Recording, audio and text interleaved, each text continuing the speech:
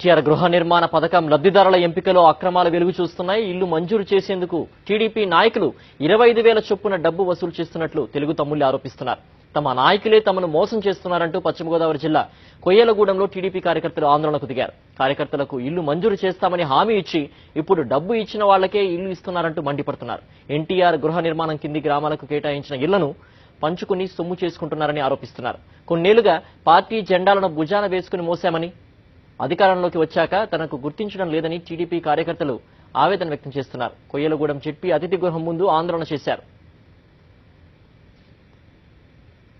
Colony ఇచ్చారని MLA గారు చెప్పడం, ఇక్కడ మమ్మల్ని పిలిపించడం, తలకో కాలనీ ఇస్తున్నాము కార్యకర్తలు అని చెప్పడం, పేర్లు రాసుకోవడం, తర్వాత ఏం గోల్మాల్ జరిగిందన్నది మనకు తెలియదండి.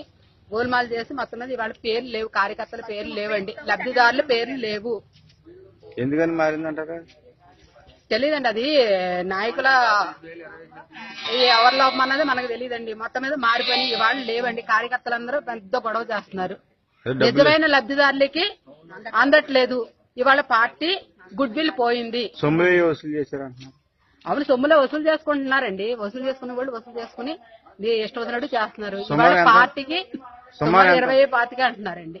ఎవరు తీసుకుంటున్నారంటే అమౌంట్ కాలనీలు ఎవరి పేరు మీద ఎవరైతే ఇస్తున్నారో, ఎవరి పేరు మీద ఇస్తున్నారో వాళ్ళు వసూలు పంచుకున్నారా?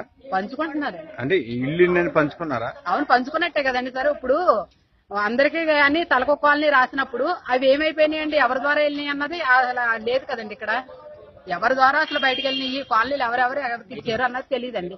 మనం ఇచ్చిన పేర్లు ఎవరయ్యే రాలేదు. నాయకులకి పేర్లు తీసి వాళ్ళు కావాల్సిన పేర్లు 25,000 అండి. ఇదిగోండి లిస్ట్, ఇదిగోండి కార్యకర్తల లిస్టు, వాళ్ళు మార్చిన లిస్ట్ అండి. ఇక గత 3 సంవత్సరాల బట్టి ఇదే బాధ అండి మా కార్యకర్తల కంటే. పార్టీ రాకముందు జెండాలు ఇచ్చుకుని అయ్యా బాబు అని బతుకోవాలి. పార్టీ అధికారంలో వచ్చాక కార్యకర్తలు ఎవరో తెలియదు.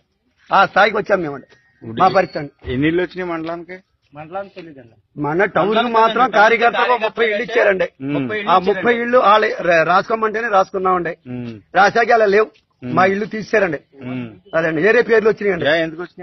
ఎందుకు వచ్చినాయండి ఏం చెప్తామండి, తర్వాత లిస్ట్ లో వస్తాయి అంటున్నారండి.